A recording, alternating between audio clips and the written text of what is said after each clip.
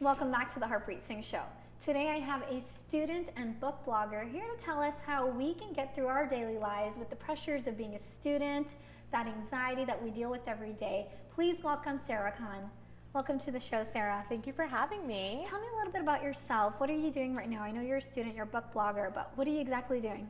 Well, I'm currently at UBC doing my master's in library and information studies. Okay. And prior to that, I did my BA in journalism and communications. Wonderful. So yeah, and you're a book blogger. I am a book blogger, okay. Yes. Yeah. Big question, how did you actually develop that interest for everything that you pursued your education in and your career in? Well, I actually, in high school, I did an apprenticeship, and I'm actually a level 1 cook. Wow, okay. Yeah, so cooking and baking. So you can cook too. You're so talented. It was my Wonderful. passion. Okay. And then after university, I took a gap year. Yeah. And I realized I might not want to pursue that as a full-time career. Okay. So I went into university thinking I was going to get a BA in English. Okay. And then, after my second year, I was like, oh, I kind of like journalism better after I took a journalism class. Yeah. My uncle's a journalist as well, so he's quite the inspiration. And so I completed my degree in journalism just last year. Wonderful. And then I went straight into my master's for library science. Okay, so before we get to your master's and everything that you're doing, big thing is that a lot of students nowadays don't know what their interest is, and we're always so confused. So what helped you get through that? Like, what helped you decide, okay, I'm going to do English, but now that's not working out for me? Yeah. What gave you that courage to go and do another degree? I realized that I loved journalism and what journalism was about. I know this is such a cliche, but really do what you love. Because, if you're doing something you love, you're gonna, you don't work a day in your life. Like, it's that like really cliche thing. For sure. But it's true. And I mean, like, after I got my degree in journalism, I did want to pursue a master's. It's definitely in a different field. Exactly. But the thing with journalism is I walked away with so many amazing skills, writing and communication skills that I'm using for my master's, and I might go back to it. So I'm doing 2 different fields. Wonderful. But I want to make them work together. Yeah, I totally agree with you. Do what you love. But being in the South Asian community, do you ever feel pressure from family, parents, just in general, about what you need to do in life? Because I know some people do deal with that. Yeah. Be a doctor, be a lawyer. Mm-hmm. How is it for you? Well, I definitely took a more unorthodox approach. Usually people get their BAs in sciences or something. Yeah. And I have 2 older cousins, and they had more traditional BAs, and then one's a lawyer, one has an MBA. Wow. So they're like really good. And then I did journalism communications, which isn't as popular in the South Asian community.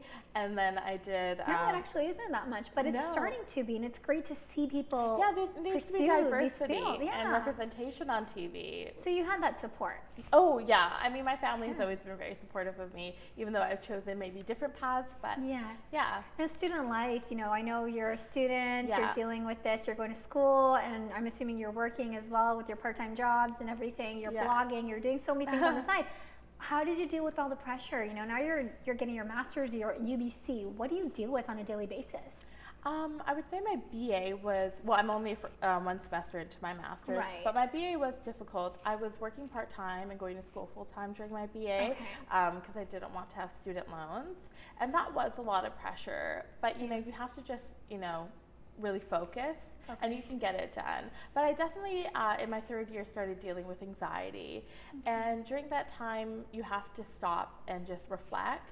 And that was hard for me to do because I was, working at a breakneck pace. Yeah. So I think the thing I can stress to students is if you feel overwhelmed, take a breath. Take a breath. Do something that you love.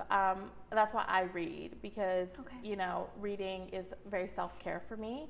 So, just self-care in anything. Get a manicure, watch a TV show that makes you happy. Take that time out for yourself. So it's really important. It's really important to have that self-care.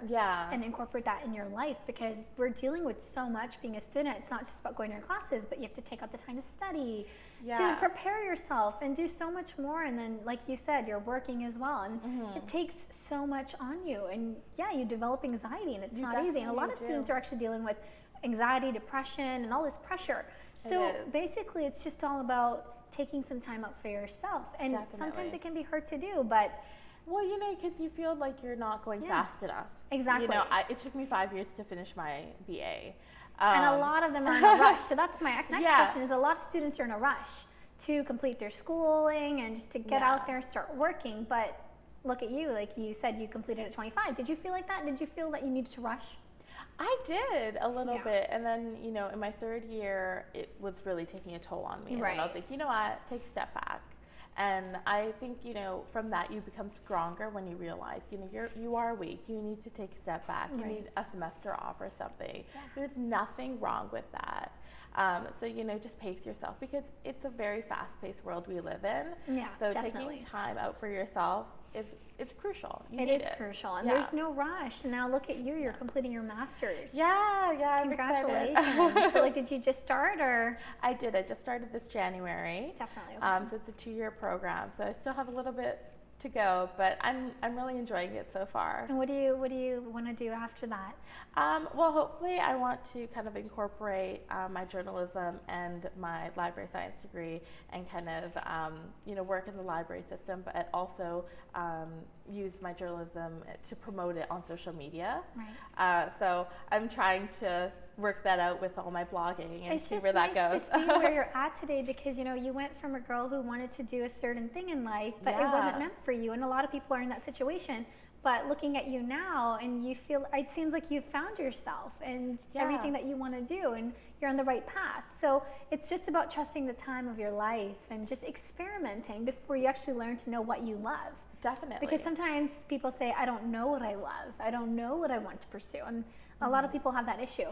Yeah, well, working at a bookstore during my BA really inspired me to go for my master's in library science, because I just loved, you know, being in the book industry and recommending. So you never know where you'll get inspiration. But you'll never know. Trust your gut. Trust your gut. So if you feel it, just go for it. Yeah, you'll be happy. Okay, wonderful. Thank you for sharing that, Saira. No problem. I wish you the best of luck with your master's and everything you have coming up for you. Thanks for having me on.